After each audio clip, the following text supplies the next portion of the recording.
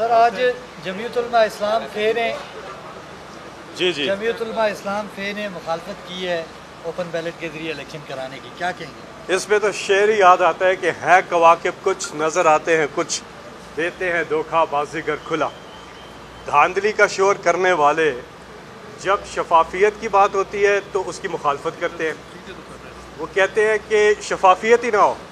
रज़ा रब्बानी साहब ने आज मुखालफत कर दी शफाफियत की कि ट्रांसपेरेंसी ना हो सेनेट के इलेक्शन में। इमरान खान साहब जिन्होंने सबसे लंबी जद्दोजहद की ट्रांसपेरेंसी के लिए, जिन्होंने दुनिया की तारीख का सबसे बड़ा प्रोटेस्ट दिया इलेक्शन रिगिंग के ख़िलाफ़, 126 दिन का लॉन्गेस्ट एवर धरना दिया, किस चीज़ के लिए?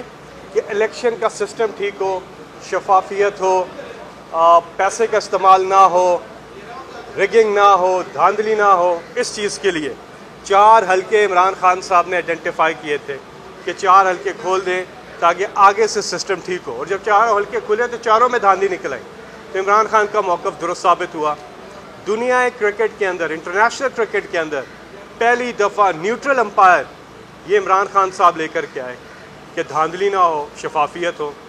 अपने 20 MPs को खैबर पख्तूनख्वा में उन्होंने निकाला शफाफियत इंश्योर करने के लिए, क्योंकि उन्होंने सेनेट में लेन देन की थी, करप्शन की थी। तो अपनी ही पार्टी के 20 MPs को इमरान खान साहब ने निकाल दिया।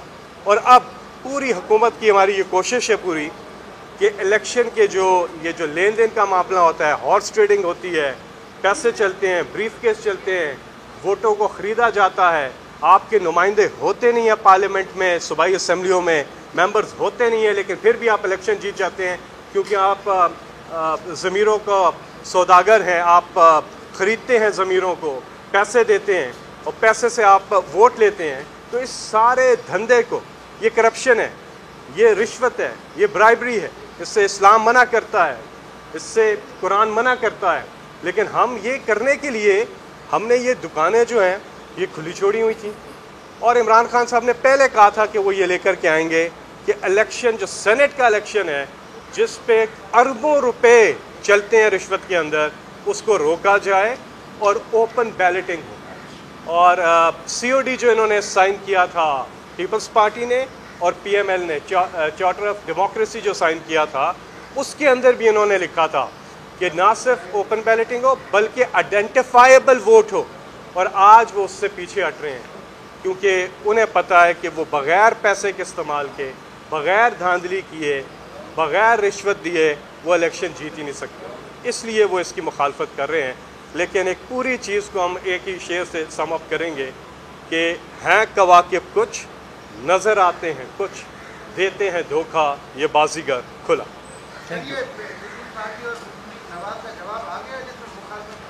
नहीं, रज़ा रब्बानी साहब ने तो इसकी मुखालफत की है इसकी। लेकिन देखिए, हमारी पूरी कोशिश है, ये किसी पार्टी की जीत नहीं होगी, ये पाकिस्तान की जीत होगी, इंसाफ की जीत होगी कि आप ट्रांसपेरेंट इलेक्शन कर दें, शफाफियत इंश्योर होगी।